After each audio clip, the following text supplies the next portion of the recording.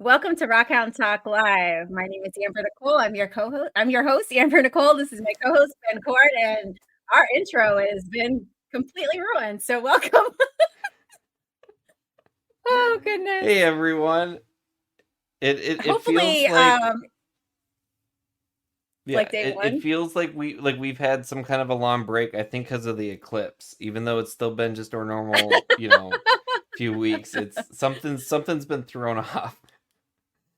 Yeah, on my side, like it's still lagging. So if I cut out, that might actually happen. So but moving forward, so you've had an interesting time. You did something for the first time during the eclipse. Yeah, I was able to go down to Arkansas finally and do some quartz mining, which was great. So the first day we went down there, which was the Friday, we actually met up with the Arkansas Crystal Girls, which was really cool. Got to hang out with Jen and Nisha and meet the new third Arkansas Crystal Girl, Drea. So that was really Oh, there's cool. a Went to third. Flash. Yes, they just have they got a new Drea is their new third Arkansas Crystal Girl. So Awesome. it's really exciting. And then we mined for solution quartz at Flash Mountain, which was a lot of fun. And then we went to a few other mines. We went to Twin Creek Mine, did some pocket digs. We did some tailings mining at Avent, and then we went to the Sweet Surrender Mine Oh, to okay. watch the eclipse. And the whole time, everyone was like, we're not sure if it's gonna be cloudy, and I was like freaking out because I'm like, okay, we drove all the way to Arkansas to watch the eclipse, and then it's supposed to be cloudy. But then as I kept getting closer and closer, they were decreasing the chance for clouds, and then the day of it was perfect. There wasn't a cloud in the sky, and I think Ah, it that's great. scared a lot of people off because they were like, there's going to be 1.5 million people in Hot Springs, Arkansas, and there really wasn't hardly anyone. It was really nice. So I was really happy to be able to get down there. I was a little disappointed just because I was expecting to find like a ton of really big things, and I still have to clean a lot, so I'm probably going to be pleasantly surprised when I start cleaning things. But we had some people in our group that found some like really nice, like I'm talking like big, almost 6 inch probably Clusters. crystals, like no, like full crystals, like six Oh, inch like wow. crystals, like huge ones. What? So Wow. yeah, so our group overall had some pretty good luck. So yeah, I just got to clean up a bunch of stuff, and then I've just been busy with other stuff too. Back in November, I believe it was, Chase, the agate dude, does his Toys for Tots drive, and I actually offered up to take some people to go look for agates. And I actually took someone out this past Sunday to go look for agates because she had won like the trip to go and look with me.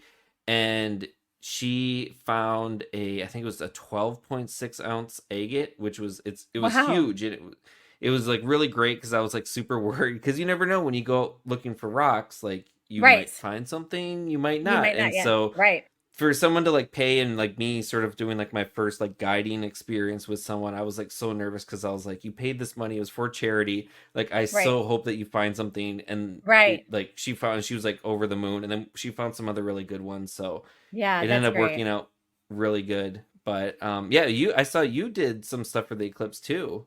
Yeah, I took my kids out to Lake Erie. It was something that we've done for a few years now. And I was just thinking, I hadn't gone hunting at night with my two youngers and me, the three of us, in like 2 years. Usually it's like just me and one of them. Um, just for like kind of our own time together. So it was the first time for all three of us together. So that was really special. And it was the first time that my youngest, because he would always go and look and just be like, like it was just like whatever. But like he actually got into it and he found some really good ones. And my daughters always find some good ones. So we had a fantastic haul that night. It was really great just to find, for those who don't follow me on Facebook, and I posted, we were hunting fluorescent sodalite on Lake Erie. So we stayed in Huron, Ohio, which is we had like 3 minutes and 52 seconds of totality. So, and I literally have had that planned out for 7 years. So I had my hotel booked a year ago. I had this in my calendar from the last solar eclipse. So like I already had this whole thing planned. Yeah. So it worked out perfect because where we go hunting was right near there. So yeah, it was fun. We went hunting the night before. We saw the solar eclipse. So yeah, it was fun. It's always a good Yeah, time I to will. take kids out. Yeah, I'll say if anyone is ever thinking about going to see, I think the next one's in like 2040 something.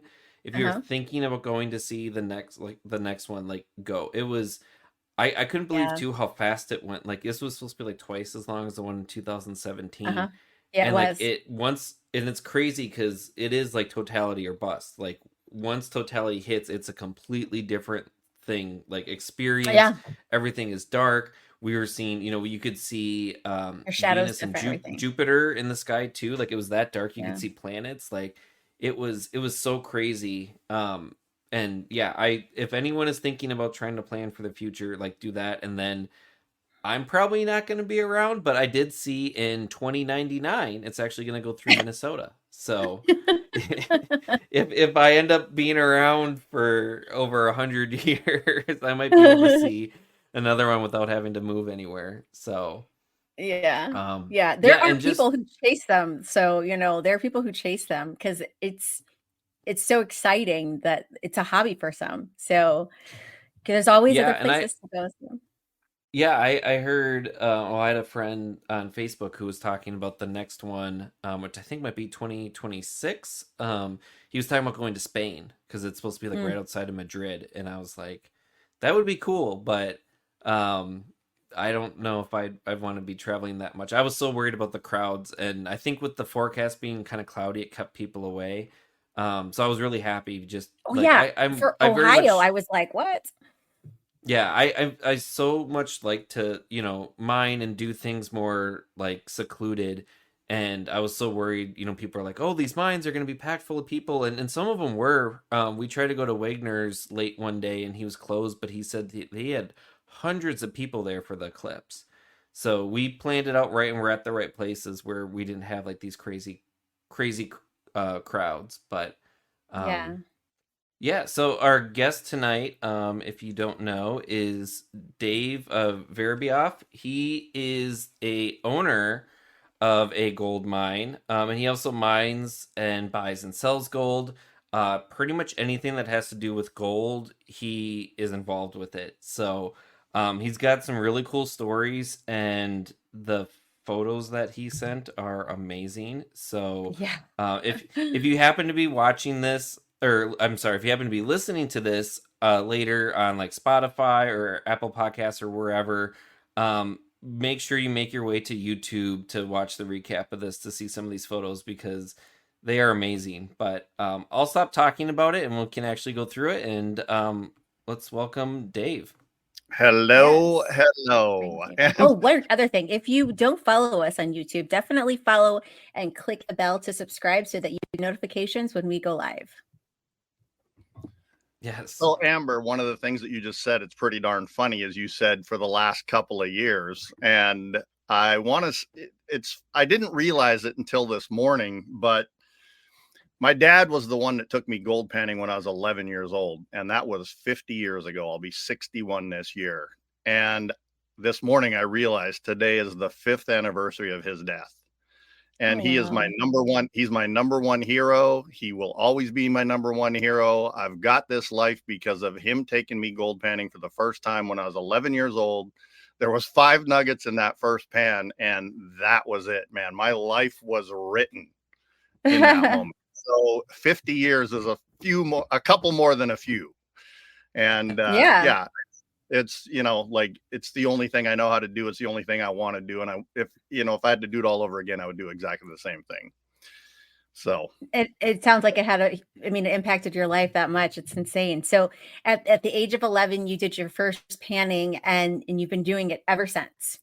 yeah, I've been around the world. I've been to Australia twice. I've lived in a tent in California for 4 months. I've lived out in the desert in Nevada for weeks on end in the back of my car. I travel to Mexico 2 or 3 times a month. We're working down there. I've got 2 crews of people down there.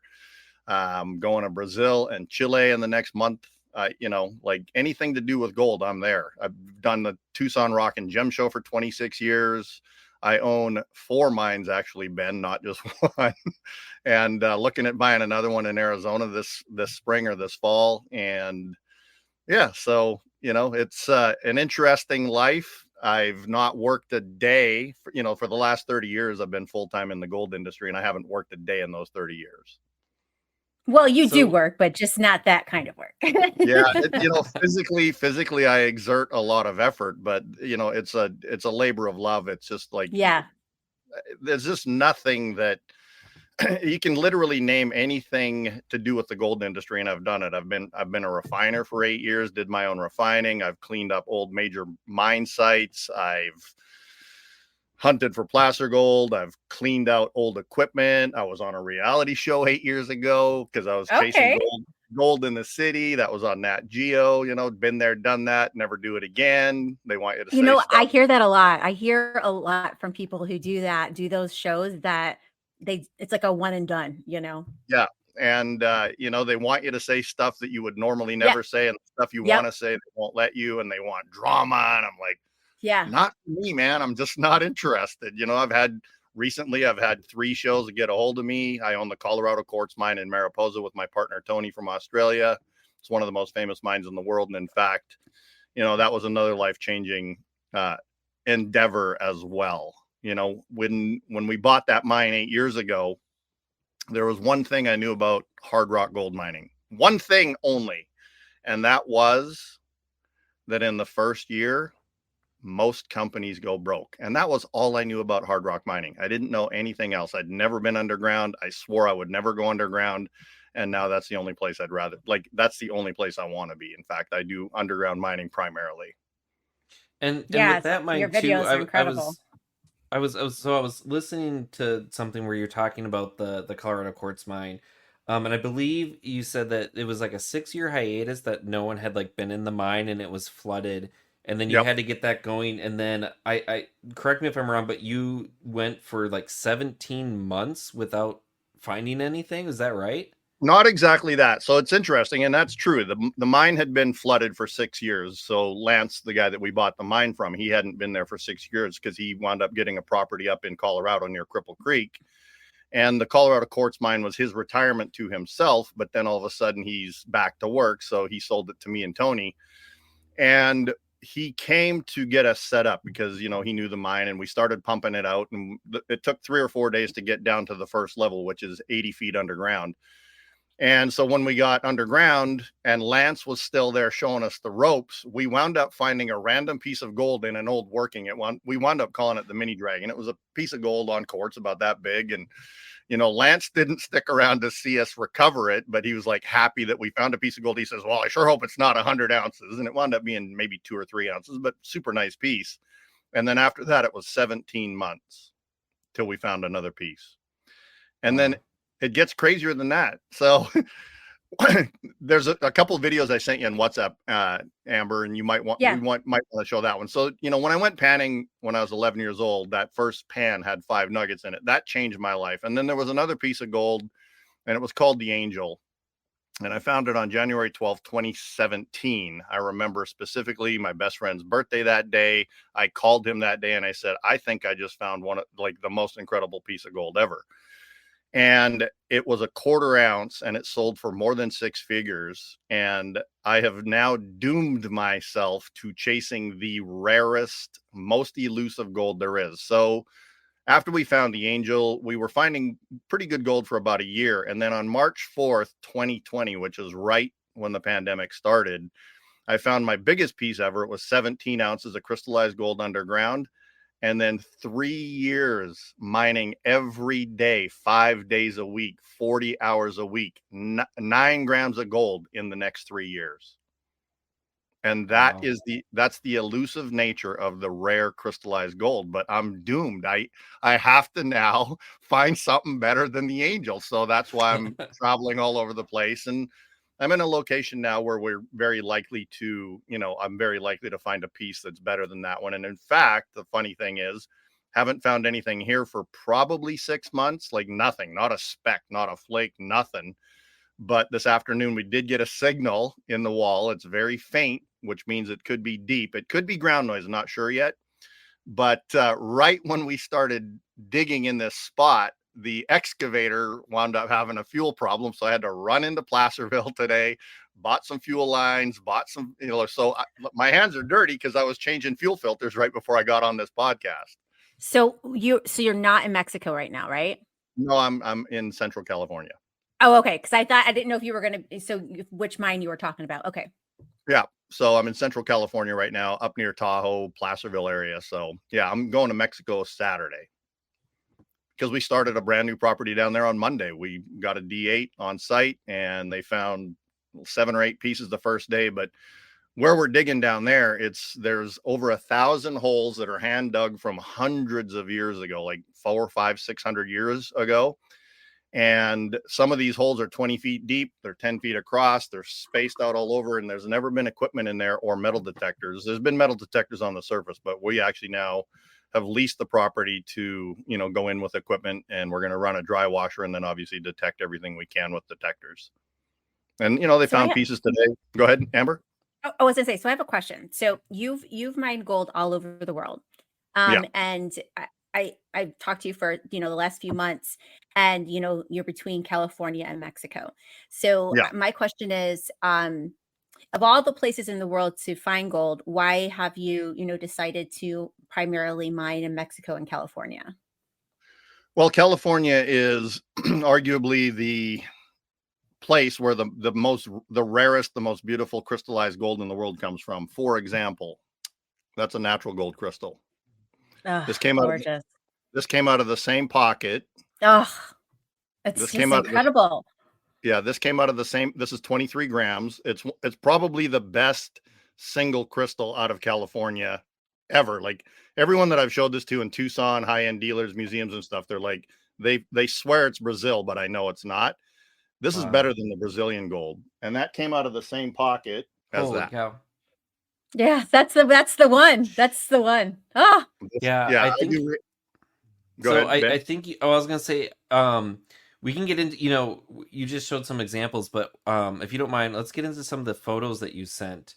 Yeah, Because I think so. The one thing too, if people are, trying to, usually when they think about gold, they'll think probably about jewelry and then maybe about nuggets, but it's pretty rare to find crystals.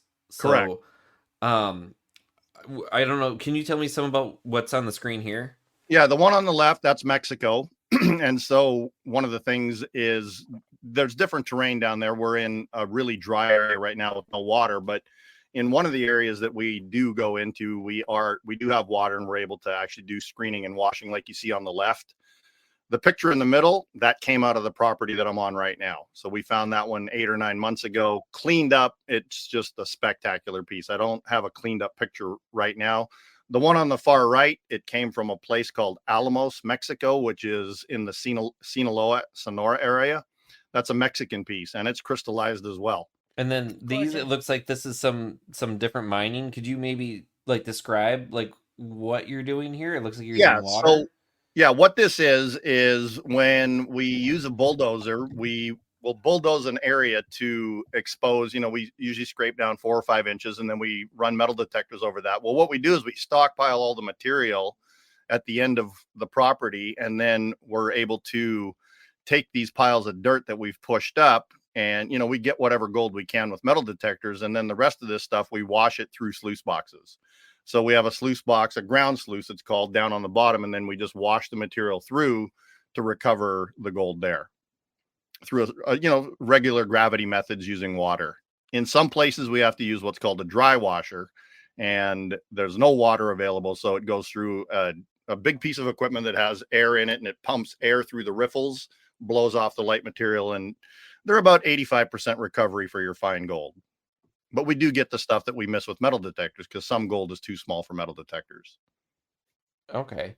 And we had sort of talked about this before we started, but s- so you posted about this on Facebook.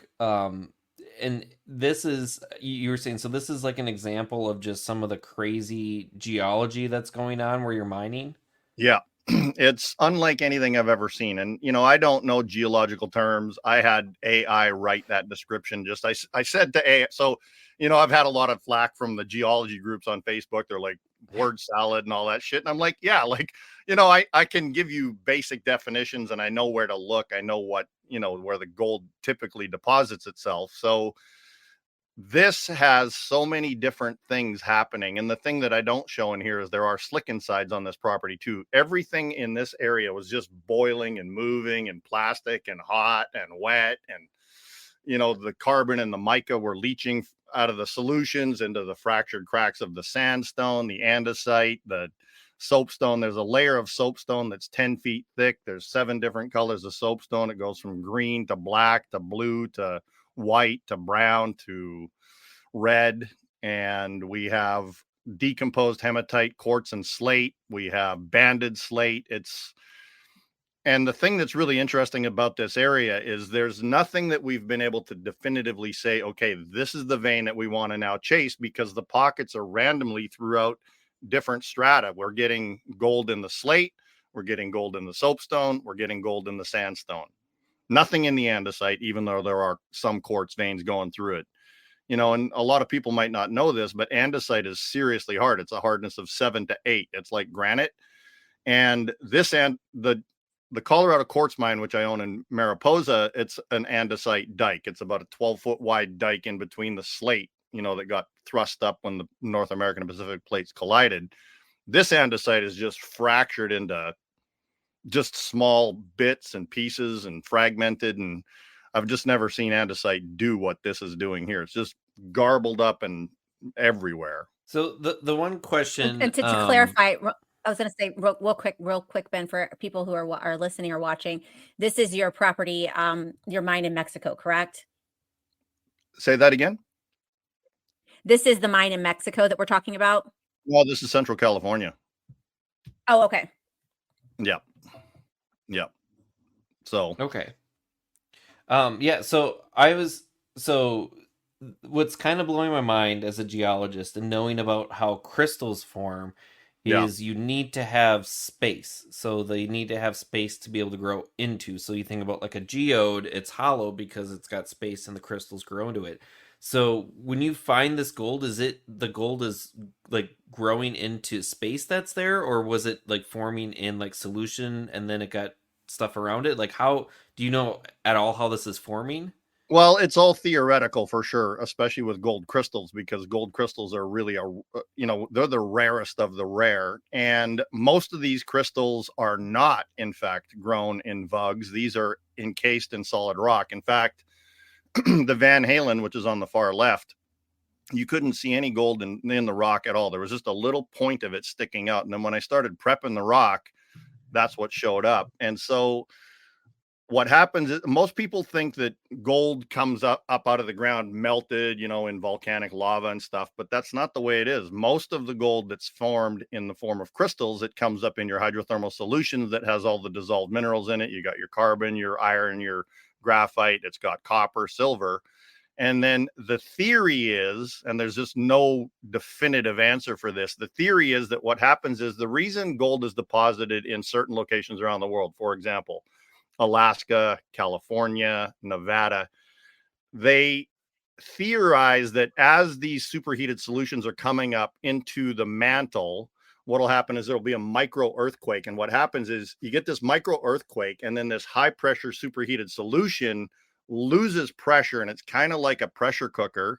If you have a pressure cooker on 15 psi boiling on your stove, and then you take the lid off of it, everything just, the minute you take the pressure off, it just drops out of the solution. The theory is that the gold does the same thing. And then your silicates, for example, the quartz, or in this case, we have some arsenopyrite and stuff, they come out at the same time. Wow. Okay. And the theory is that the crystals form almost instantly, just like bismuth. Oh, wow. And I can Interesting. see how it looks too. Yeah. Yeah. And so go ahead. Oh, I was just gonna ask. So, like, where are these? Are these all from your California mine? The one on the left is from it's from California. Now, I didn't find these two pieces. I bought these pieces. I'm working with there's a couple of best friends. They found this pocket, and I've been buying the gold for the last 4 years. I've bought everything that pocket's ever produced, and it's not far from where I'm at here. It's, somewhere across the river. That's all I know. I don't know the exact location, but I do tell people Michigan Bluff because it's close enough to that. And the Michigan Bluff area is really well known for the Eagle's Nest mine is on that side of the river. The Red Ledge mine is over there. So it's over in that direction somewhere. That's as best that I can do. And, understandably, like, I wouldn't tell people where I'm finding gold either. Right. And then, Ben, as what I was just talking about with the hydrothermal solutions coming up with the dissolved minerals in them, this is a really, really incredible piece. Okay. It's very crystal clear to see that that's pyrite. So you'll see that this is iron pyrite. You can see the gold is actually growing through the pyrite itself. Is that like the kind of like needles or like thread kind of coming off of that? This isn't. This one is more, you can see the gold right here along this one edge, and then the quartz obviously on it, and you got a nice pyrite crystal on the front. So this is a super rare occurrence. A lot of times you don't see fool's gold and gold together. Yeah, that's crazy. It's a very unique piece. I've had it for probably 1.5 years or 2 years. Some gold someday I'll sell it. Someday, like when it's a weird piece like that, I wind up keeping it. But it's one that, again, in Tucson, I had it there this year, and a lot of people are like, wow, I've never seen anything like that. And I actually have one more piece from the year, and I know that this one came from the Scott River area in California. I know that's where it came from. There was some other pieces that came out of there. I don't know where the other one is. Too much gold, I guess. But I see some questions in the yeah. We should answer some of the questions. We have absolutely. So Sue's is asking, gold is amazing. If you're new to gold mining, what tools would you recommend someone to start with? There's one. Well, the very first tool is your eyeballs. Most people discount the value of being able to identify where you might find gold. So, your eyeballs for sure, and a gold pan is really what you need to get started. And even now I'm a hard rock gold miner, but when we're into an area and we start seeing some new veins show up, if we're not detecting any gold, we'll scrape some of the vein out, crush it, and pan it to see if there's any fine gold in it. So a gold pan is your number one tool. You want your little crevicing tools. A rock pick is usually very handy. And start there and see if you like it first, because the basics are fundamental to being able to find the type of gold that you're seeing here. You got to be able to identify, first of all, the difference between gold and pyrite. And the best way to do that is in a gold pan.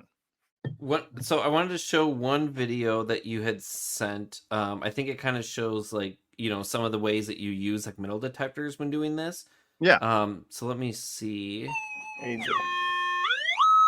Oh man. They have a big sound. Oro minero. So Oro minero. You can tell we're in Mexico. Edgar. Oro minero. Oro minero. Hermano de oro. Oro minero. Hermanitos de oro. That's my crew down in Mexico.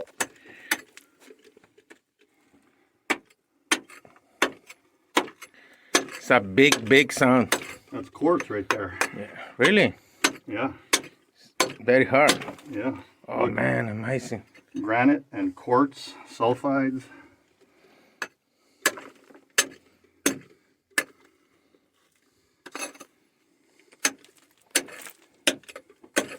This is about 600 years old, by the way, this mine. So it looks like with this, then you're using the metal detector to sort of find your the spots that you want to target, and then you're digging in those spots. Is that right?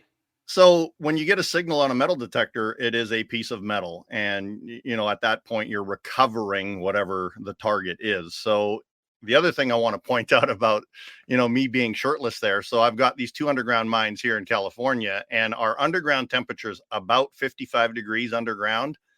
Down there, it's almost 80 degrees. Oh. Yeah, we're pretty due due east of Mazatlan where we're at down there. So it's freaking hot. And even underground, like the walls are warm to touch. There's bats that have wingspans, like, huge wingspans. There's scorpions on the walls that are about this long. They're called they're a vinaigretta. is what it's called. And they're tailless. They can't sting you. They just, they eat bugs and stuff, and they live in the dark, but a real wild experience. So with that, the one thing I'm curious about, you know, I've been told, I'm sure a lot of people know this, like gold is relatively soft. It is. And you're using, like metal, tools, it looks like. So do you just like try to get close to where you think it's going to be and then switch methods, or like how do Yeah. you do that so you don't damage the crystals? Because those, I could imagine that would be heartbreaking to damage something like that. Yeah, with a metal detector, you're able to, once you've used a metal detector well enough, you're able to determine exactly where the target is. And if the rock is really super hard and we're not able to manually dig it out, I do have an air powered diamond chainsaw. So we can cut out a large slab of rock, and then we take the whole thing to the surface, and then it just depends on the size of the piece. And sometimes the rock's not as hard as that. We can dig out around it. So yeah, you use your pick as your first piece of equipment that you use, but then after that we use power tools. Like I said, we have a chainsaw that's got diamond blade on it, and it's air powered, water cooled. I've got videos on my YouTube channel showing me using it. And in fact, the first time I ever had to use that saw, it was Super Bowl Sunday, probably in 2016. I don't care about football, so I was underground working, and I found that was the after the 17-month dry spell, that was the piece that we found. It was called the Super Bowl pocket, and I used the chainsaw to cut that piece out. And so I've got videos on my YouTube channel showing me use that thing. It's pretty wild equipment, and we have air chippers, we have chisels, jackhammers, drills, licensed blasters. So sometimes we have to blow out a little bit more rock, and so we drill around it, and we'll set off some very light charges and things like that. So with the metal detector, I'm kind of curious because I've only done metal detecting once, and it was on the copper tailing mines in the Upper Peninsula of Michigan. Yeah. And it was basically, I had probably the cheapest thing you can get that my fiance, her father had one, I think, for trying to find his water shut off in his yard. And it was basically any noise I heard, I just went ahead and did it. And looking at your videos, it sounds like you're trying to do something with the metal detector. Like, I don't know if it's like the pitch or the sound. Like, could you maybe talk about like what like how you're able to figure out what's gold using the metal detector? Well, you can't actually determine the difference. Like, metal will make the same noise whether it's a piece of steel or a piece of gold, typically. And so what I'm doing with the metal detector there, like why I'm going back and forth on it and kind of moving around it, is to pinpoint where the actual target is. So the metal detector is the most sensitive on the edge of the coil. So what you do is you come in from the side, and you start wherever you start hearing the signal. You kind of use your eyeball to pinpoint where the tip of the coil was, and then you come from the top, come from the other side, and you're able to determine pretty specifically where that target is, and that's why you can dig around it. I just want to go through some of the other photos that you had here because some of these are just crazy. So, what can you tell us about these? The one on the left-hand side is a piece of gold that was found about 100 feet up the hill from where we started working on Monday. It's 5 kilos. The 5 kilo, like it's the whole thing's gold? Yeah. Wow. Yep. And that was found 2.5 years ago, about 100 to 150 feet up the hill from where we're at now. And you said, was that underground? That was only 3 inches. It was only 3 inches deep. So what'll happen is, as a geologist, you understand that, the natural processes of erosion, gold is formed in the ground. Like, it comes up from the mantle, gets thrust up when the mountains push up, the hydrothermal solutions come shooting up. And then as the geological processes naturally occur, the gold will erode out of the rest of the mountain, and it'll start rolling down the hill. When you find nuggets and stuff in the streams, that's, originally that stuff was underground millions of years ago. And then it gets naturally worn through, being in water and being tumbled, and gravel and rocks going over it. And so then a lot of times you'll find, like in Australia, for example, that it's flat. You go into Western Australia, man, it is flat as far as you can see. And the gold is laying out in the flat areas, because the theory is, again, in Australia, is that at one time in Australia, the mountains were higher than the Alps in Australia. And then they've all been eroded down into just a flat desert hundreds of miles. It's just flat. And the gold is just laying out in the desert wherever it eroded out of those mountains. Wow. Yeah. And so flash in the pan was checking I 5 did say kilos. yeah, I did say 5 kilos. That's Wow. 165 ounces. Jeez. And what are these other two photos here? Are they Those the are same? those are the same piece, actually. That's two views of the same piece, and that's a piece of crystallized gold. It's been in the water. You can tell by the rounded edges on it. It's slightly worn. It's not as sharp as the Van Halen or the other crystal that I showed you, but at one time, before it wound up getting into the stream beds or the river or whatever, that one would have been as razor sharp edges. And this one's from Yukon, Canada, actually. Oh, okay. Yeah. The one on the left and the one in the middle, that came from the property I'm on now. That was the last piece of gold we actually found about 6 months ago. The very last piece we found. Still have it. Okay. And then the one on the right, that's a piece of Yukon gold. You know, I've been buying and selling gold. I don't know when I bought that one years ago. And, you know, I buy and sell a couple 100 ounces of gold a month. And so with these, like I'm noticing some of them, they've got like some slight color variations. Is that something that's just because of like the dirt or the purity, or like I'm guessing the one on the right's been kind of like tumbled a little bit? Like what's causing the color differences?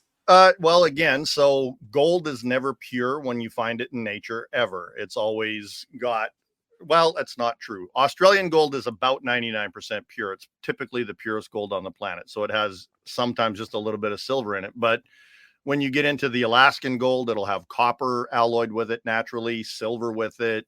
You get sometimes you get iron with it. You'll get other minerals with it. So it'll cause different colors. Nevada has gold as low as 75% pure. It'll have, you know, up to 20% silver in it with a little bit of copper. So it just depends where the gold comes from based on the purity.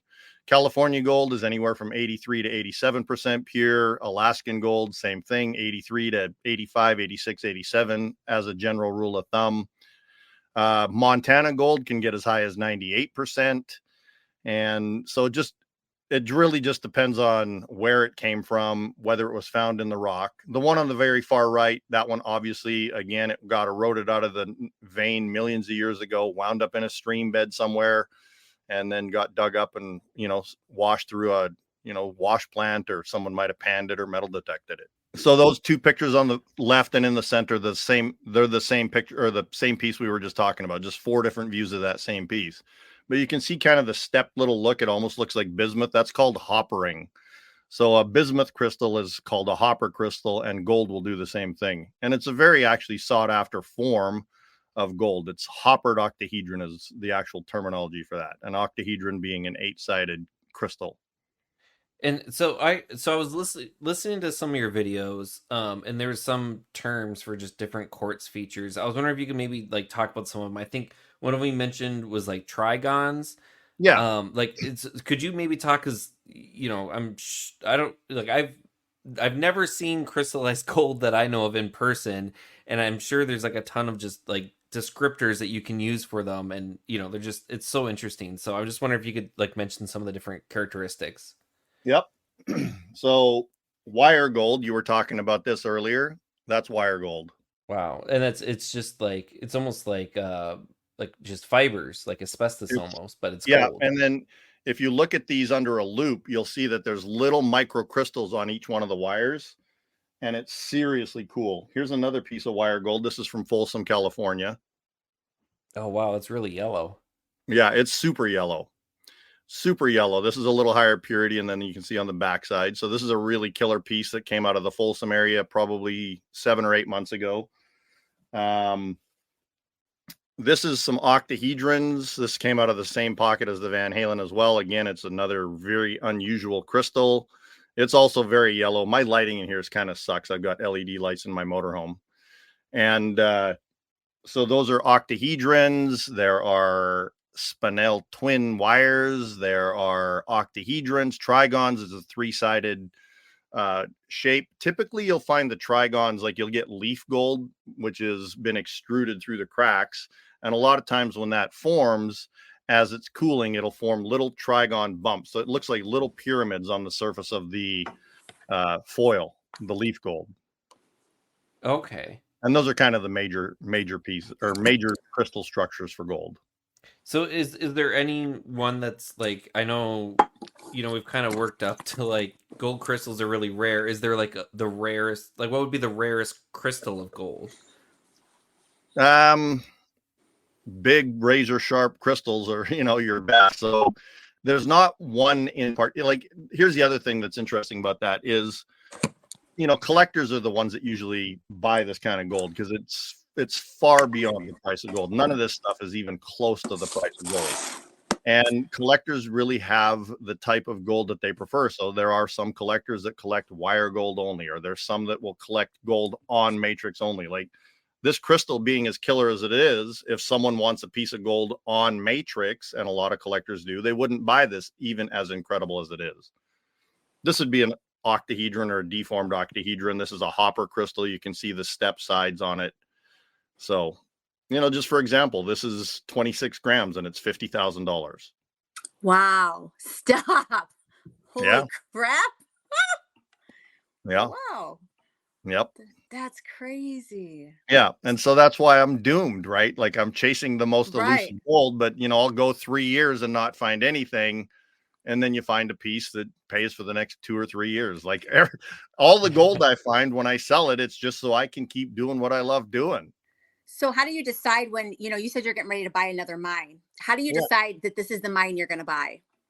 The type of gold, and the mine in Arizona has got really wild crystals too. And, I'm going to keep that a little bit under the wraps for now until we make the deal or not. But it has a really wild type of crystallography as well that I haven't seen before. They're really interesting. Dodecahedron, 16-sided or 12-sided crystal, 16-sided crystals.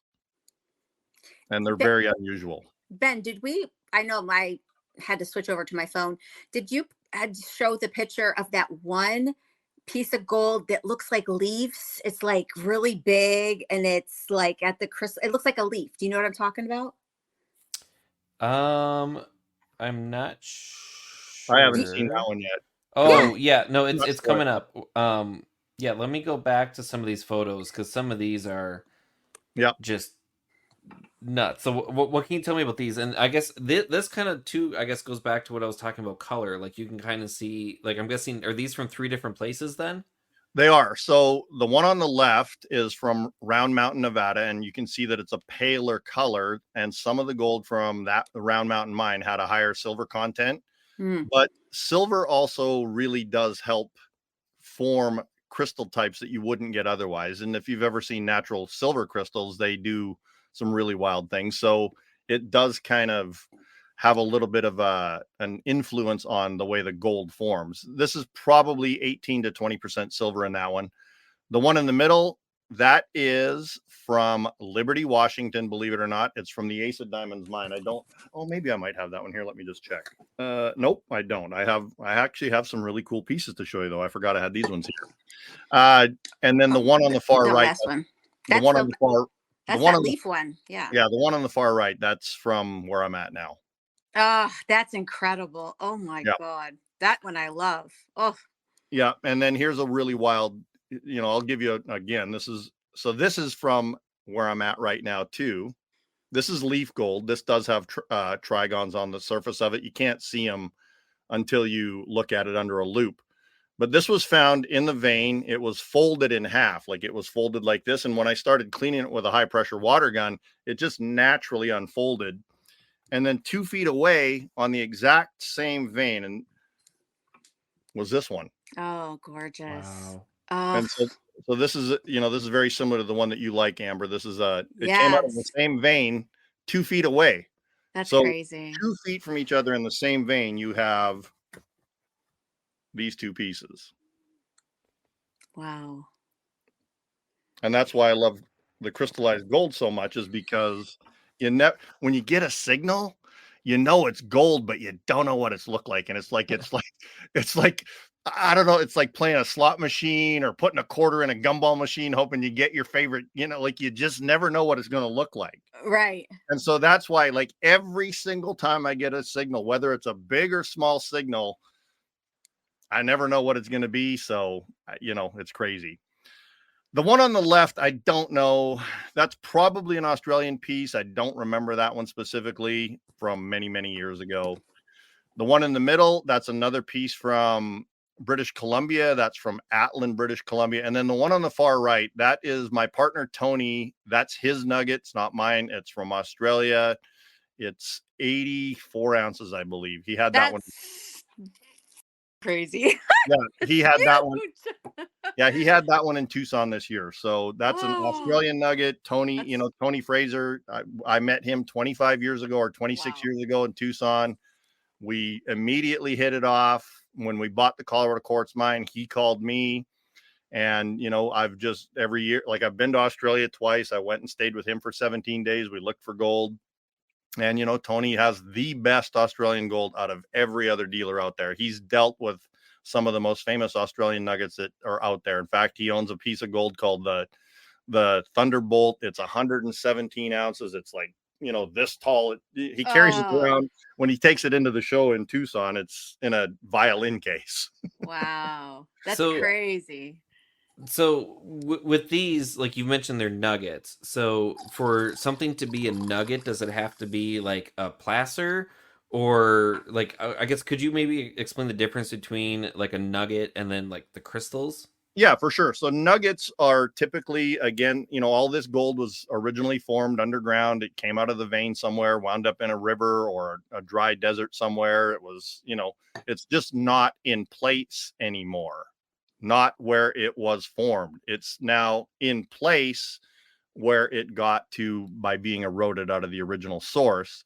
And so nuggets are pieces of gold that are not in the lode or in the vein or in, you know, it's not just quartz veins that gold forms in. And then anything else would be either considered lode gold or specimen gold. So you get a piece of gold in quartz. It might not necessarily be crystallized. It could be what's called crystalline. And there's a differentiating Okay, way. yeah. Yeah. So crystalline gold is gold that's still in quartz, but it doesn't have geometric structure. Okay. If we refer back to the piece that you said that you loved, Amber, you Mhm. can see actual geometric structure to Yes. it. Yes. And so that's crystallized gold. Crystallized.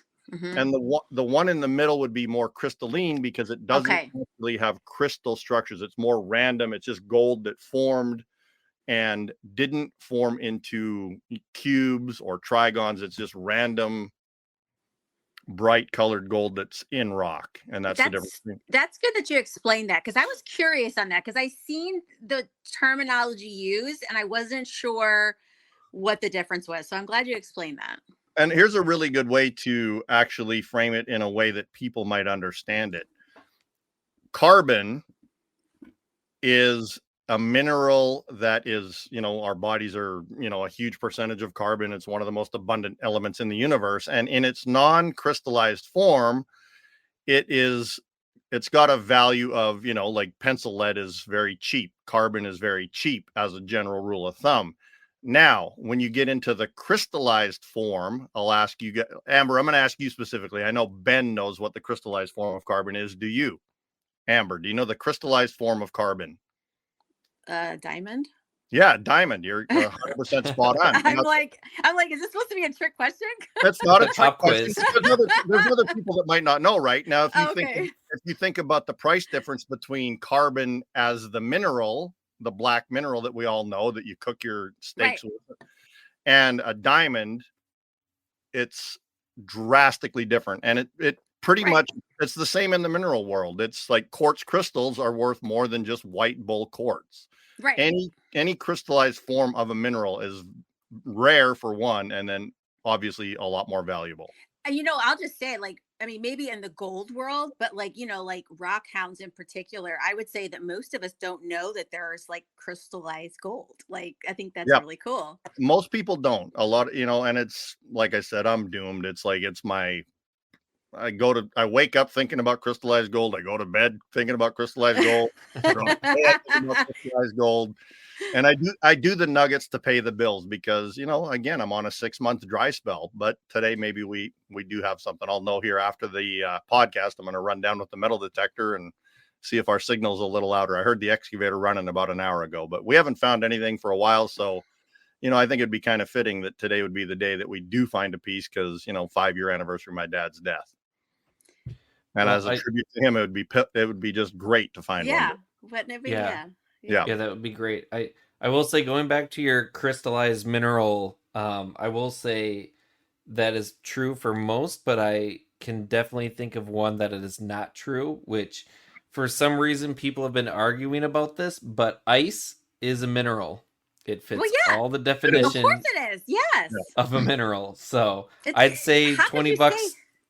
I'd say, 20 pounds, you can get about $4 for a bunch of ice. So Have you tried to buy ice in California lately? It ain't I have $4. I'm not. telling you right now.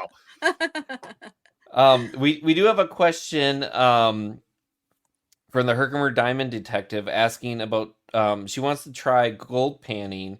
They've got a friend in Colorado that has land on the Colorado River, and they're wondering if it'd be worth it. So, I guess how do you know where to pan for gold? Or do you just go and just, try it out? No. So it's really a great question. You want to go to where gold has been found before.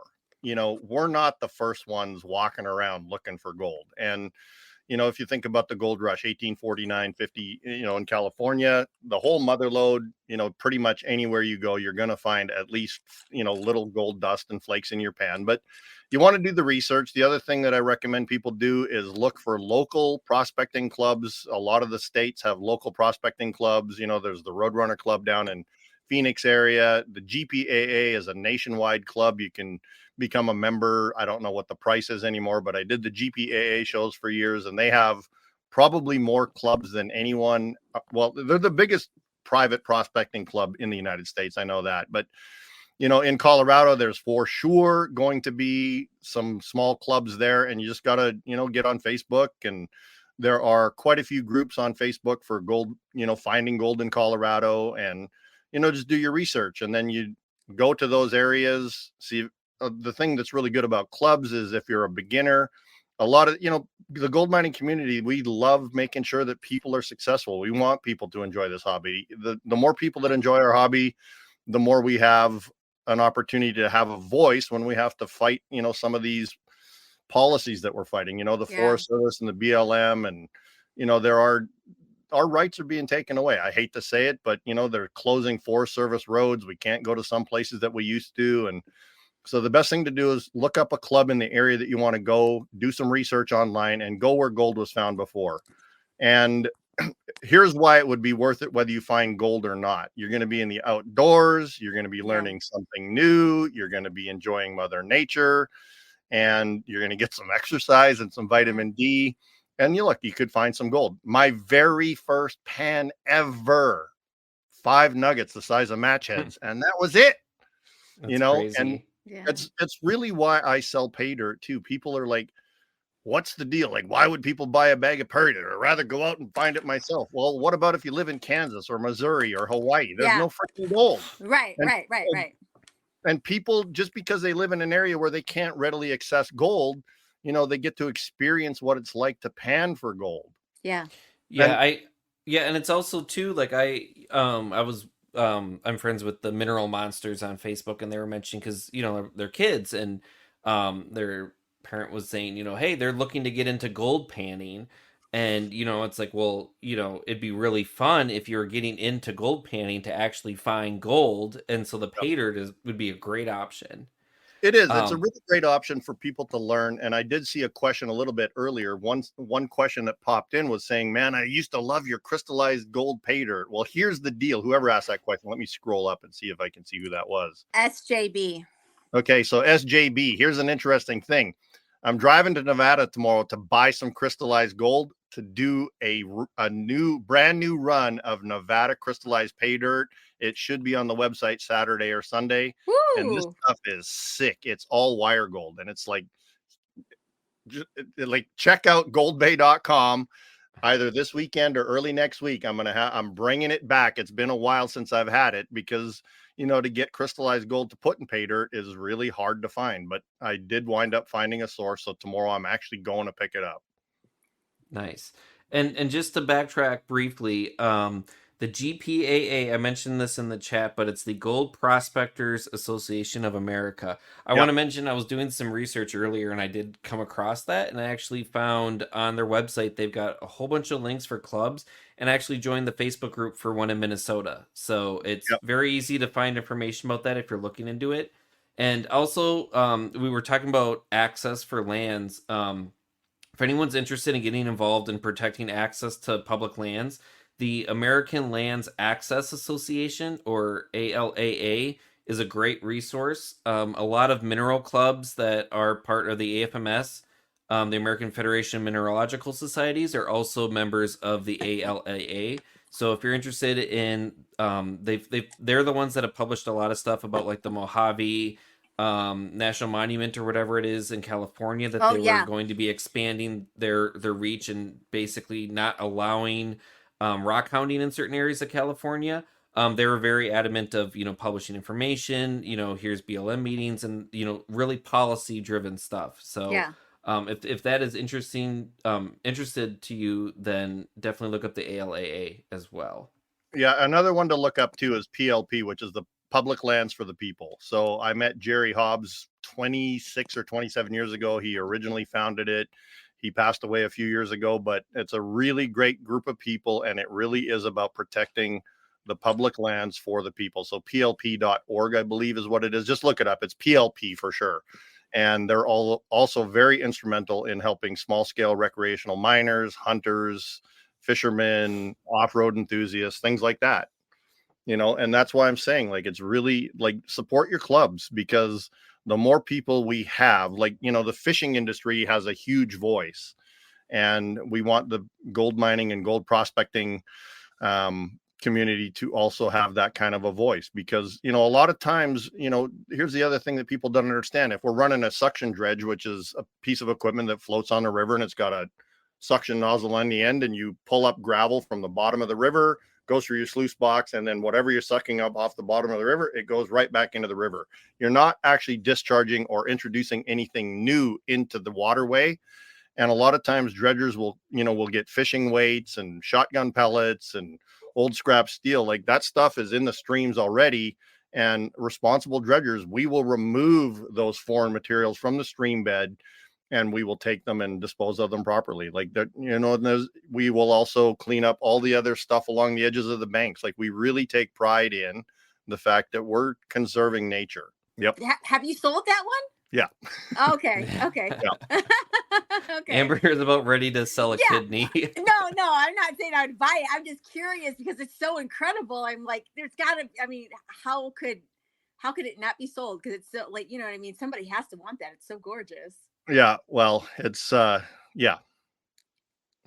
And I did have to throw in, I did come across one last picture of he's making an appearance right behind us. Your dog Camo, dressed out in some gold chain.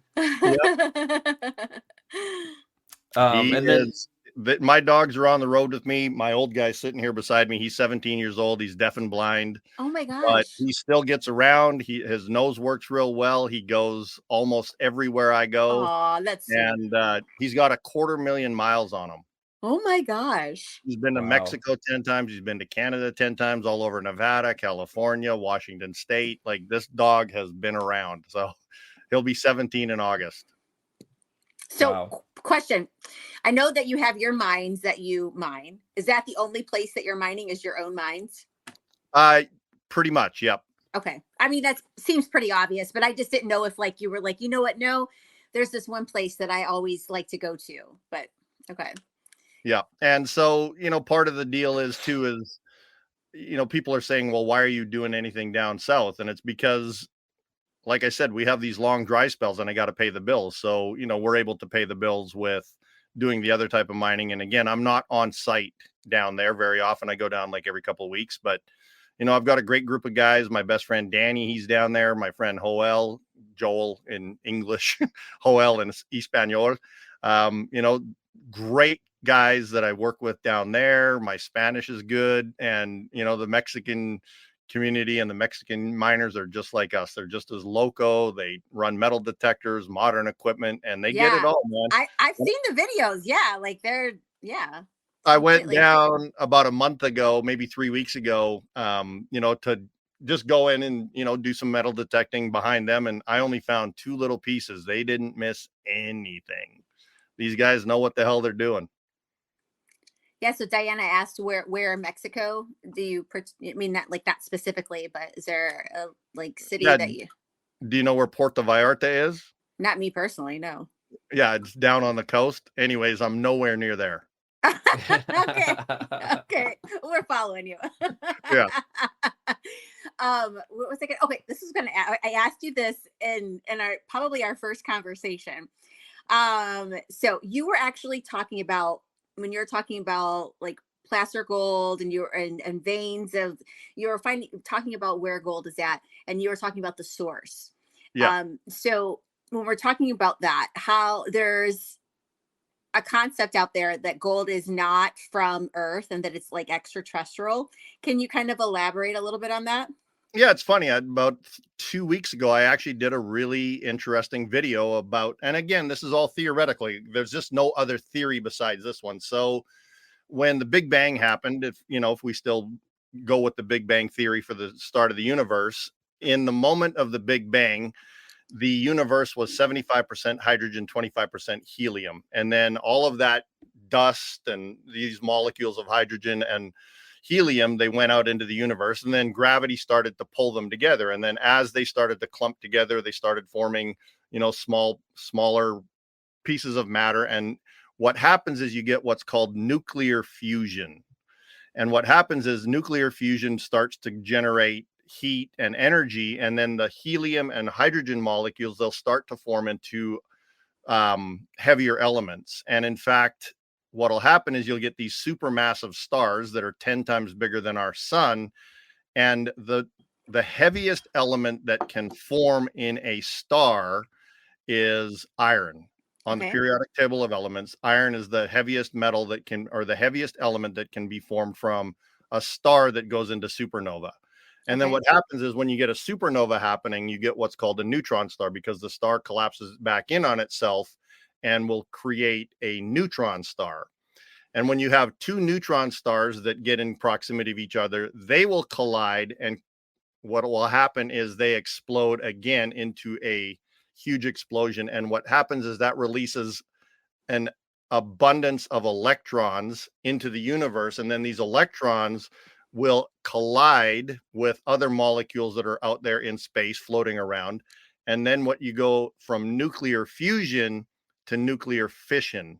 So what Okay. happens is you'll start to create these heavier elements that are beyond iron. You'll get your coppers and other metals. And then the theory is that in order to create the heaviest of the elements, and gold is part of this, 79 electrons in in a gold molecule, you have to have photons, random photons hitting. Really?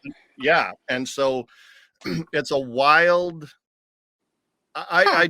I devour, every night before bed, I'm falling asleep listening to something about, the universe and the Big Bang and Yeah. nuclear fusion, nuclear fission, and particles of light and how they interact with other, molecules that are floating around out there. So gold is ultra, ultra rare, let alone crystallized gold. And so that's the most widely accepted theory. No one knows for sure, but yeah, it takes a supernova of a supermassive star, 10 times, at least 10 times bigger than our star. And then it takes two neutron stars colliding to create the abundance of electrons that then interact with the molecules that are out there freely floating in space. And then it takes photons to, sometimes it'll knock a particle or a molecule or an electron off of a free floating particle of matter out there to create, these other elements that are on So that. then those were all of those things were necessary. They came together, created gold, and then the Big Bang came and it just blasted into like, explain that part. Explain the part. So after it's developed, how did it get here?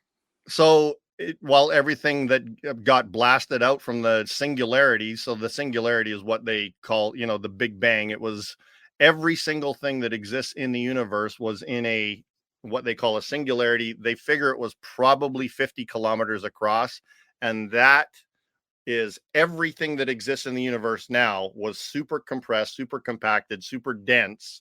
And then when it exploded, it was an instant expansion of the universe to unfathomable, unthinkable, size that we have now. The Right.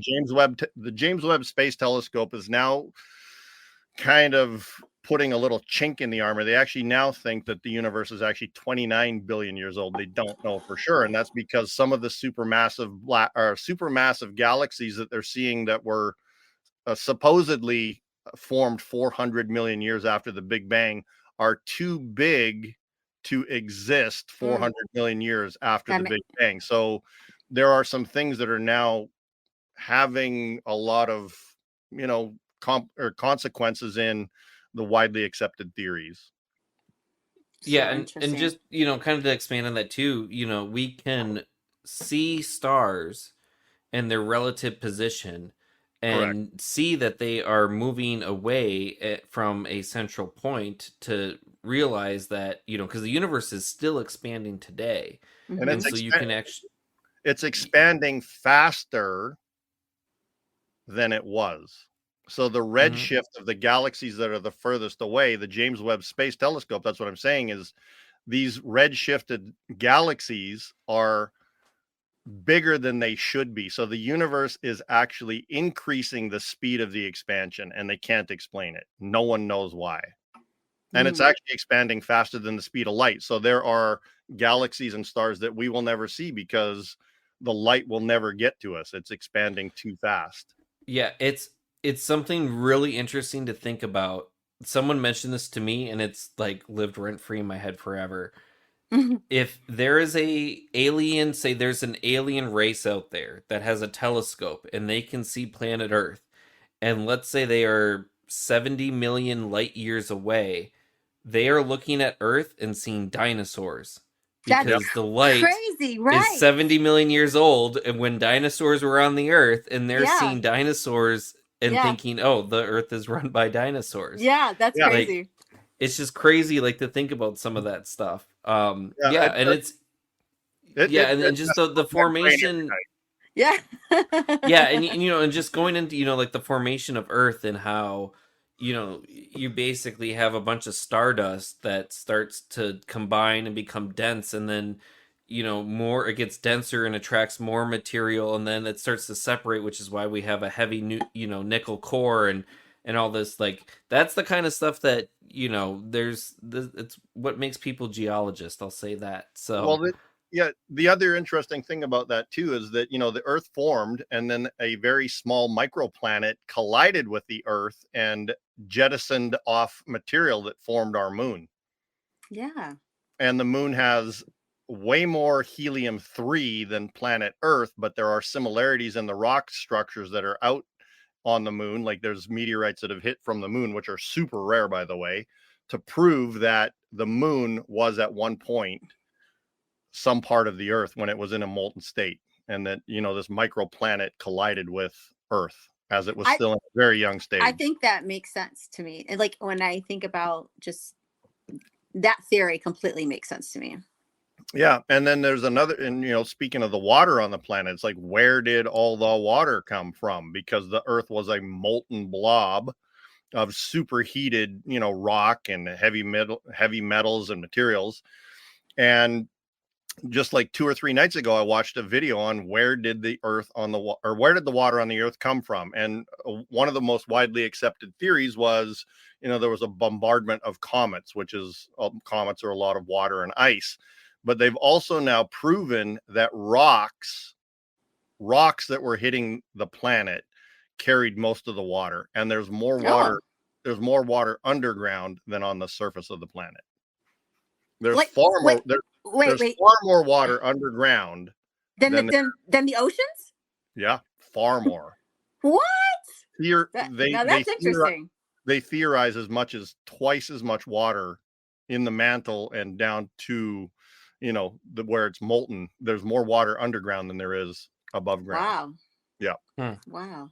That's interesting. Yeah, and it's I mean, not to get too derailed and all of this, planetary stuff. But I know the one thing I've been following, like the one thing I can get lost in, because it was like sort of a dream of mine when I was younger, is to work with NASA and be an astronaut and all this stuff. But Yeah, that's cool. if you can find some really cool people that work for like JPL and NASA on like Facebook and Twitter and stuff, that they are just like, they're not at the top and they're not, but they're just like really interested, and the stuff that they share is so cool. Like all the stuff about Mars and how they have so much evidence that there was water on Mars and it was Yep, flowing and causing all of these landforms, and then absolutely.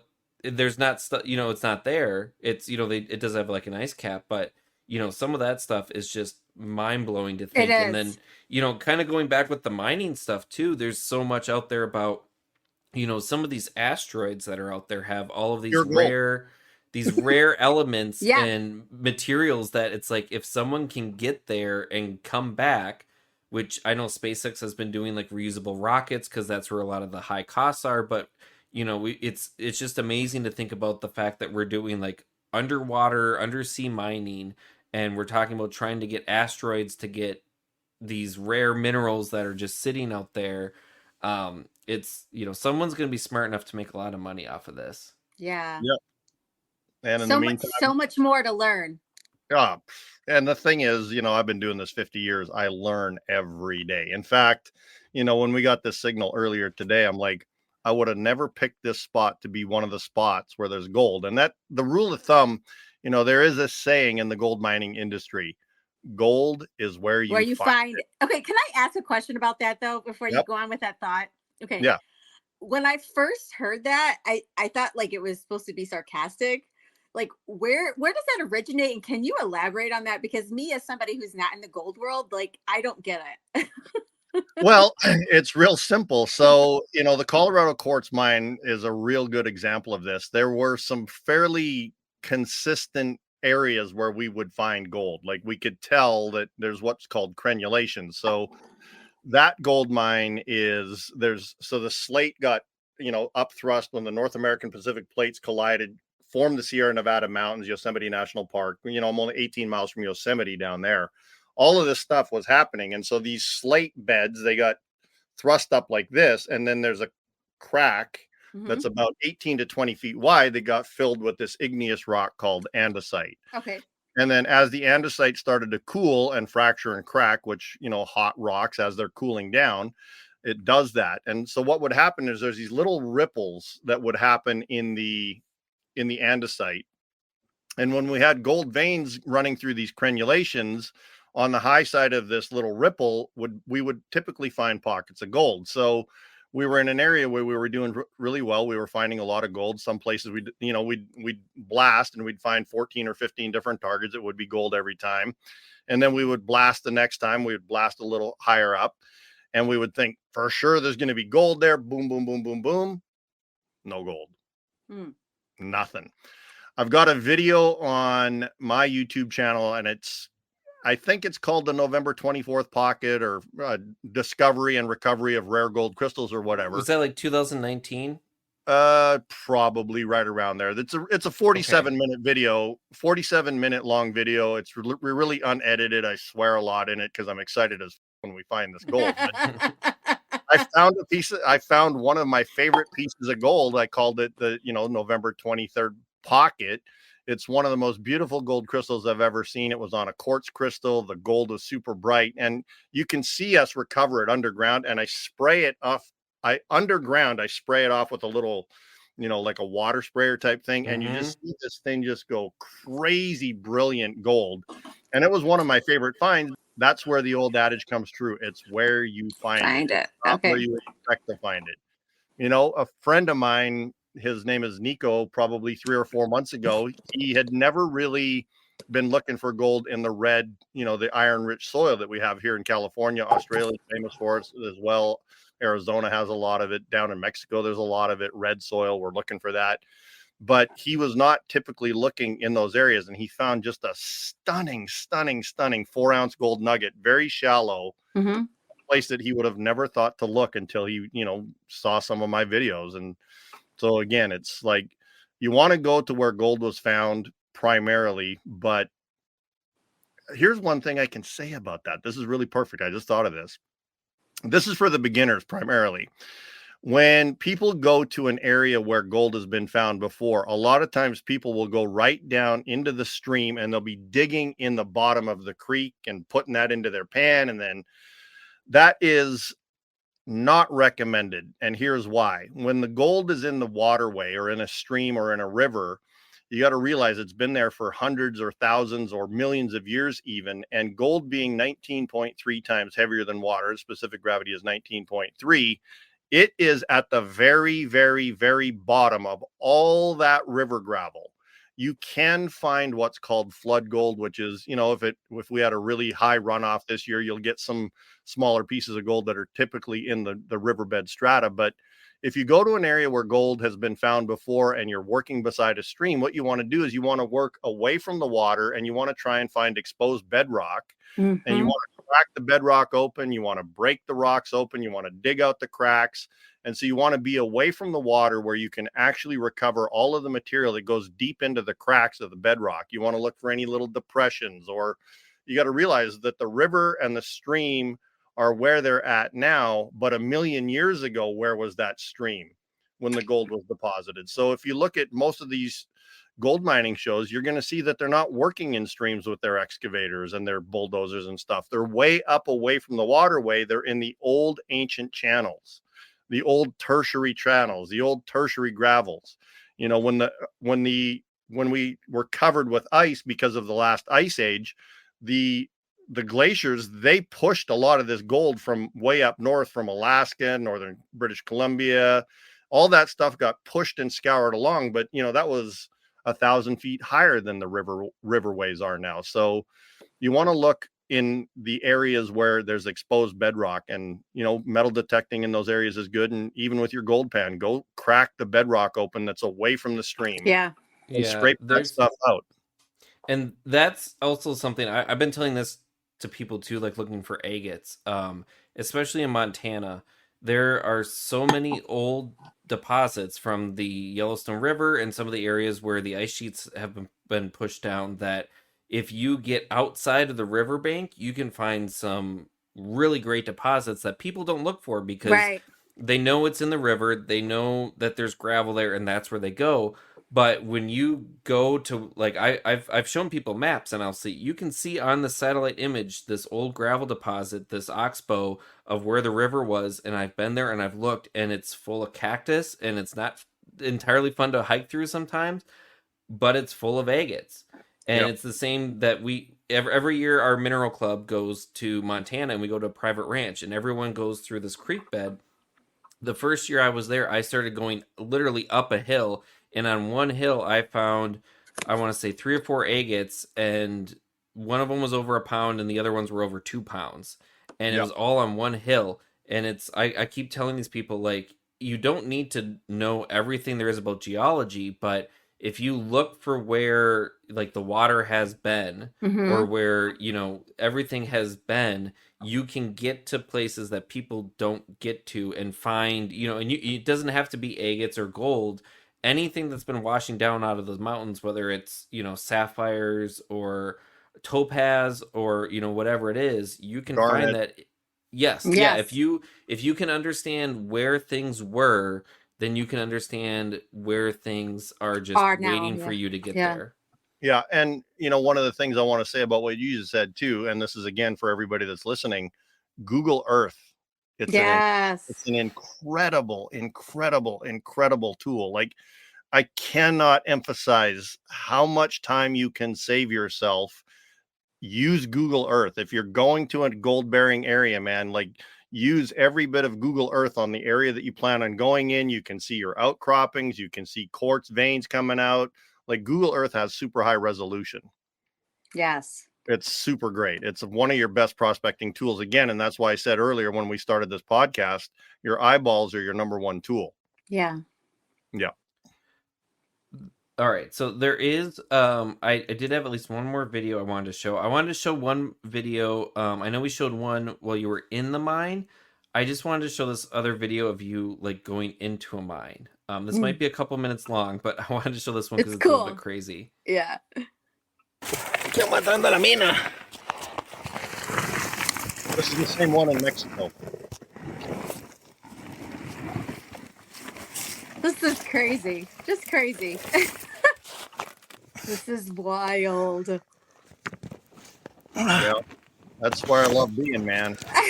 It's just wild. And these are all just hand dug tunnels. Yeah, this is probably 500 or 600 years old. That's crazy.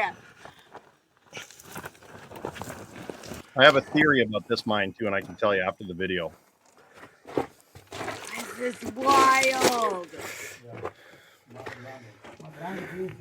2,000 feet of tunnel on this mine, all hand dug. It's crazy. And my mind is just blown right now. Like, what? Yeah, 80 degrees underground. It's just crazy. Well, you can see scorpions on the wall, actually. Like, the level of trust that you have with your team down there is incredible. I mean, because this is just like, I mean, you're not gonna just go down any It's tunnel. amazing, Dave. See, Beautiful. this is just like my mine in California. Really? Almost exactly. Is that similar? Very similar. Yeah, look at the quartz. Oh man. Look. This is a real Oh interesting. man. Oh, this is it's a very crazy job. Yeah, this is all hand dug. Hey Dave, Look at, hey, Mira, holy. look at camera. Dave. What the? Woo! Hey, hey, hey. Hey. You wait. Gambusinos. You see this. Wait, don't, Oh, sorry. no, me first. Okay. You wait to see Okay. this is cool. Oh, That's video Oh, ended. it ended. So much fun. So much fun. There was over a foot thick chunk of quartz in there. So I have a theory about this particular spot. It's probably 500 or 600 years old and all hand dug. And it's a really interesting area. It's my theory on this is that the material that was hand dug, it's a breccia and it's on top of an old ancient seafloor because when you go in, you can see that they were right above the seafloor that got pushed up. There's seashells and phosphates and everything else. And then there's this random conglomerate that's solidified into rock. My theory is that all of this stuff that's on top of this old ancient seafloor is from when the Chicxulub meteorite hit and it jettisoned millions and billions of tons of material. You know, it created the huge crater in the Gulf down of Mexico, and all of this stuff, I think it just got thrown like 150 to 180 miles out to where we're at, and then it all came down, landed on top of what was already there, Okay. and then it solidified into a metamorphic type breccia or metamorphic rock because there are no continuous veins of quartz. There's granite, there's obsidian, there's chunks of quartz, there's some rounded off rocks, there's sharp rocks. It's wild shit. And there's over 2,000 feet of tunnel, but I can't see anything definitive that they were chasing. I think that there was just, gold got deposited when all this shit got jettisoned out of the ocean 65 million years ago, which was the demise of the dinosaurs. I guess this mine that you own down there, like, what is it? There's crystallized gold there, then, correct? In one area, we are getting crystallized gold. We've Okay. been finding that recently, and then in the other area, it's all nuggets. That's your primary thing. Because I was kind of wondering, like, is that what prompted you to go there? Then was the crystallized gold? No, just I hooked up with Joel. Joel. He's in the video, and then some other. Okay. He's the guy that reached out to me probably a year ago. He'd been following me on Facebook for 6 years, and we talked a little bit back and forth, and I finally had him fly out to meet me in Tijuana. I was down there with my best friend Danny. And I said, I want you to be here when we meet this guy just to make sure he's the real deal. Within 2 seconds of meeting him, I knew he was the real deal. There's just That's cool. there is no faking there's just not enough. You like immediately within 2 seconds, when we drove away from that first meeting with him, I said to Danny in the car, I said, he's the real deal. And he goes, I can tell. Yeah, and Danny hasn't really been prospecting yet, but Danny, he's down there right now. He's away from his wife and his daughter, and he's on the project, and he goes for a month at a time and then goes back to Tijuana. But, Danny's down there, and he found his very first piece of gold with a metal detector. And Nice. he's now a Gambosino too. He says, I can't stop thinking about gold. I'm like, He got look the at gold fever. look at Camo.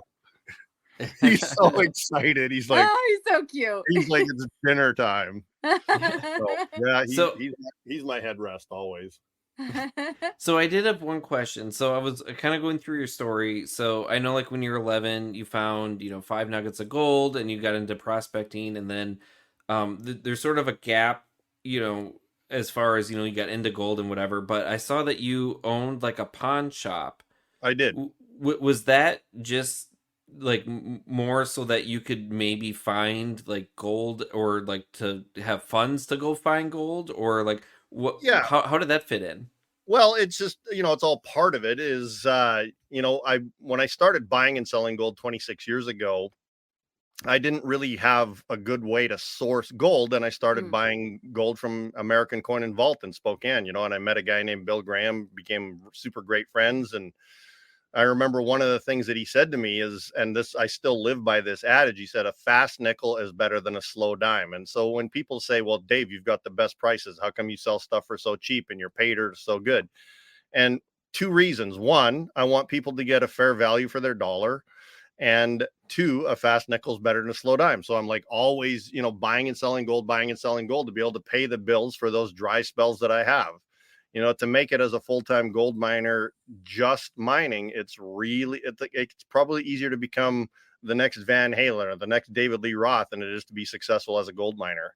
And so, I've just got my fingers in every aspect of the gold industry that I can. And so opening a pawn shop was a way to, buy gold, make a fast nickel is better than a slow dime. And I would pay more for scrap gold. And I became a refiner, and, I never stopped prospecting for gold nuggets and metal detecting for gold and dredging and panning and traveling all over the place. So a pawn shop was just a vehicle for me to, have an extended income beyond the gold mining.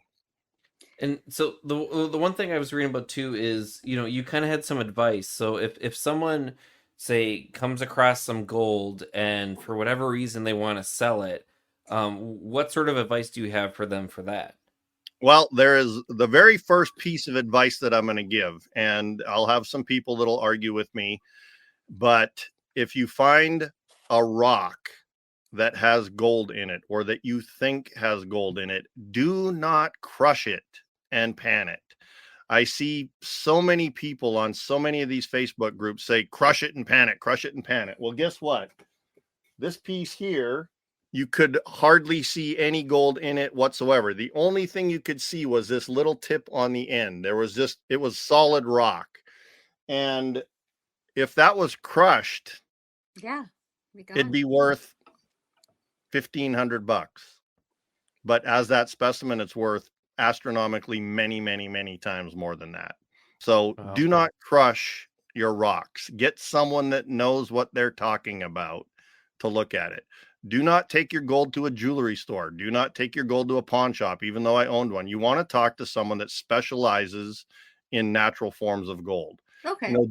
Jewelry stores, there are some smaller jewelry stores where you may have, in a gold baron area, like in Alaska and northern parts of British Columbia, there are jewelry stores up there that will, treat you properly with that. There's a place in Placerville that I go see him all the time, and he pays gold miners fair because he specializes in raw forms of gold. So there are some places that are reputable, but a lot of, the old adage was, take it to a jeweler, let them tell you. But, Right. there's not many jewelers nowadays that specialize in natural nuggets and rare forms of gold, particularly if it's in the host rock or it's in a rock.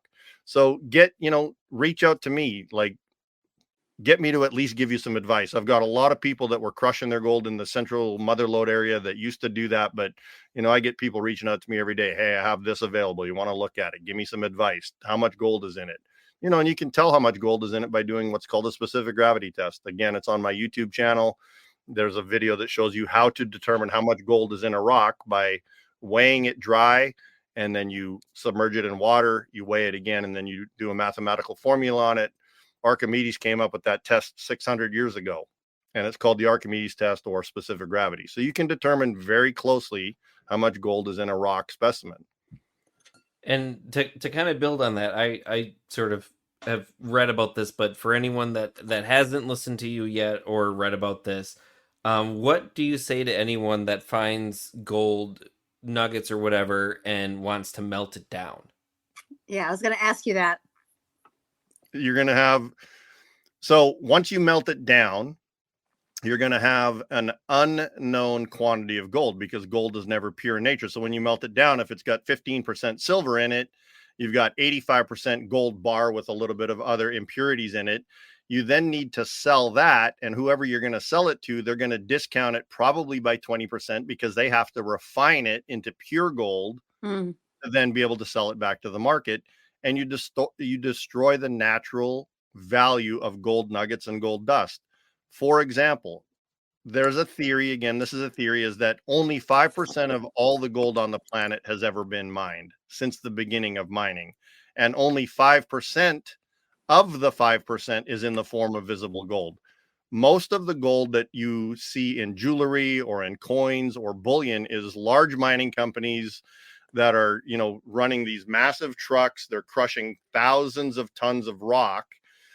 For example, in the Carlin Trend, which is in northern Nevada, they produce most of the gold in the United States. It's one of the biggest gold producing areas in the world, actually, but for sure in the United States. They don't see any visible gold whatsoever. It's all microscopic gold. So what they do is they do crush their rocks, because it's what's called finely disseminated gold. And then they'll leach the gold out of the crushed up rock. They'll crush it up into the, powder, like the, consistency of flour. And then they'll use different leaching methods. Like you see when you're driving through that area, you drive north of Winnemucca over to Ely, Nevada, you're going right through that area. You'll see these huge piles on either side of the road, these huge mountains with sprinklers on them. Well, what those sprinklers are is they're sprinkling cyanide solution onto those piles, and they will do that for anywhere from 5 to 20 years. They will sprinkle cyanide solution on these piles, and these piles are on these huge rubber membranes that are they're impermeable to water. And what will happen is those solutions will then go over to the plant, where they will run it through what's called carbon and pulp process to pull the gold out of the cyanide solution. And the other thing about cyanide, people think it's radically dangerous. It's not. Sunlight breaks cyanide down super quickly. Within a day, cyanide becomes inert from sunlight. So it's not all this harmful, hazardous thing that people think about. And, there's very strict regulations that mining companies have to abide by. They wouldn't get permitting if it was destroying, the environment. So, yeah, don't melt your gold. It's more valuable. That makes sense, because I always wondered why people who collect gold, why they don't melt it. And now I get it. I never really understood that. More. Yeah. Once you melt it down, it still has to be processed from there. Like, it's not pure gold at that form or at that point. Yeah. And there's something else I listened to also that I think you said it can lose weight because of the fumes, and also the fumes aren't very good as well. Well, that's the other thing. Yeah. So when you find natural gold nuggets, they have a little bit of dirt on them. And, when you melt gold, you lose anywhere from 1.5 to 10% of the weight when you melt it. And if you melt it too hot with an oxyacetylene torch or in an induction furnace, it will fume off some of the gold. So you will lose some of the weight. Whereas I buy gold, even if it's dirty, I'll buy it the way it is, and I pay you more than the purity of it, because I have a voracious appetite. Like I have, I don't know how many customers, 30 or 40,000 pay dirt customers. And we do hundreds of bags a day sometimes, during the, the time when we were all not allowed to go outside. There were days where we were doing 200 bags of pay dirt a day. Dang, that's crazy. Yeah. All right. I did want to show one last video. I noticed when I downloaded a bunch of videos, apparently I missed a bunch, but I did want to show this one because it's so pretty. So just to go back to seeing some of the beautiful crystals. Here's another piece that's really, really cool. I'm holding it in the shadow. I'm standing with the sun to my back. That's so pretty. And you can see that it's still super lustrous. Check this out. Oh, gorgeous. Beautiful luster. Looks like a dragon to me. It does. All that the happened dragon on head, that the eye up was here lost with where my water. forefinger is. Yeah. flip it over. It's a dragon head the other way as well. Love That's this cool. piece. Yeah, that is cool. And So and that so where was that he piece from? yeah, I was gonna say, where is that? That's from where I'm at right now. And how how much work did you have to do to find that piece? This one was it was found on the surface. Oh, okay. Well, Oh, that's good. really? That's good. Yeah. So sometimes Wow. you'll get pieces that, again, gold is where you find it. Yeah, And that's so so this was cool. very unexpected. It was after a serious rainstorm, Ah, and it just nice. washed away the dirt, and there it was. Oh my gosh, that's gorgeous. So I'm hoping that's what's in the ground tonight when I go back down there. Yeah. So Well, how long have you been mining at this mine that you're at right now? About a year. Oh, that's it? So you Yeah. got still a lot more to like uncover. Oh yeah. No, there's Wow. but again, like 6 months haven't found a thing, not a speck. When do Nothing. when do you decide like you've tapped out on a certain location? I don't. You know, Okay. the only reason I'm not mining at the Colorado Quartz anymore, we did shut it down, is last February when we had a 5-foot snowstorm one night. The house collapsed. My roommates were in the house. I was on my way to Mexico, and I got a call at 2:00 in the morning. I was in a casino in Tucson, and they're like, the f***ing house just fell down. I'm like, what? Like they were called, and so the house fell down, and then 2 weeks What? later, yeah, so the house collapsed while they were sleeping. That's And crazy. it's still not totally rebuilt, but the guy that worked for me for years and years, he's been rebuilding the house for me, so we're almost completely rebuilt. But a couple weeks later, part of the mine did collapse from the surface Oh. down to level 1. It didn't collapse it in a way that we can never open it, but for now I've shut that mine down. It's not going to be anytime soon that I'll actually go back there and reopen it up. I'd have to do probably $50,000 to $100,000 worth of work just to get it back up to MSHA safety standards and things like that. So there's nothing in the near future is going to have me reopen that mine. okay. So that, in that case, it was just a Right, matter. safety issue, yeah.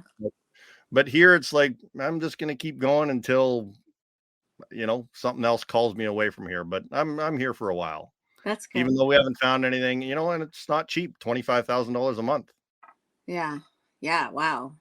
Well, Yep. I know you mentioned that you were getting your excavator back ready to go. So I know we're a bit past as far as when we said we'd be done, but Oh yeah. we'll let you get back to it. So for anyone that's interested in our next episode, we are going to be doing a live episode Yes. in Minnesota. Amber is going to be coming out to look for some Lake Superior agates. Yeah, it'll be and my first time ever hunting for agates and first time in Minnesota. So I'm super excited. yes, so it is That'll going be to be a awesome. really great episode. We're going to be interviewing Wayne Binsfeld, who does Wayne's World agates. If you haven't heard about Wayne, he's really cool. He does a lot of like sort of agate inspired designs for stickers, but he also does just amazing carvings of agates. Yes. He does all I don't sorts think of I've seen anybody carve agates like he does. Like incredible. yeah, so we will see his collection of agates. We'll learn a little bit more about how he does some of his carvings, and then we're actually going to be out looking for agates. So tune in on May 1st at 8:45 Eastern for that.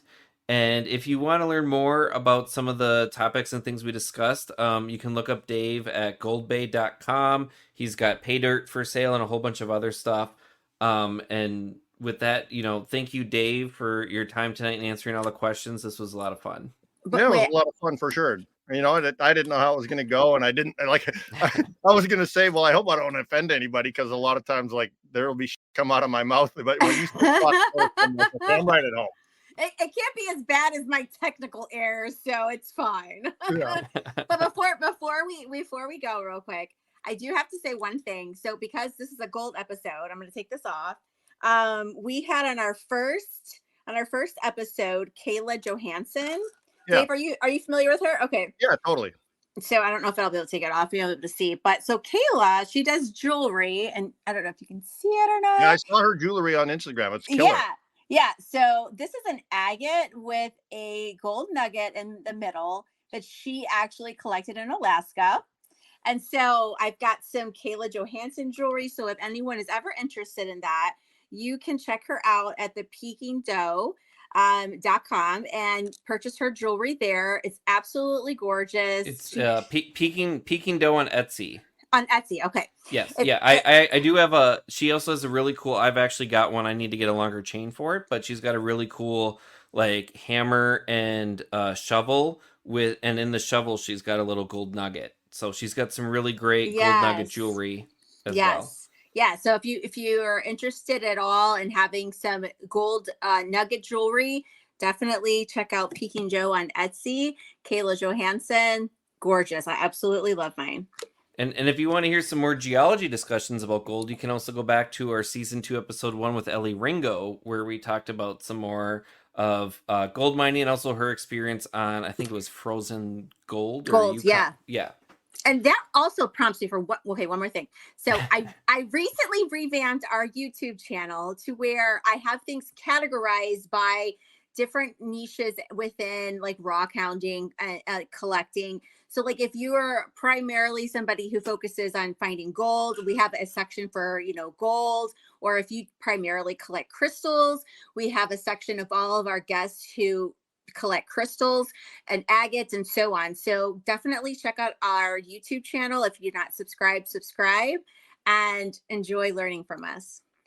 Yes. And just a reminder too to everyone, this episode the audio will be posted on Spotify, Apple Podcasts, anywhere you can get your audio podcast. This will be up on Sunday.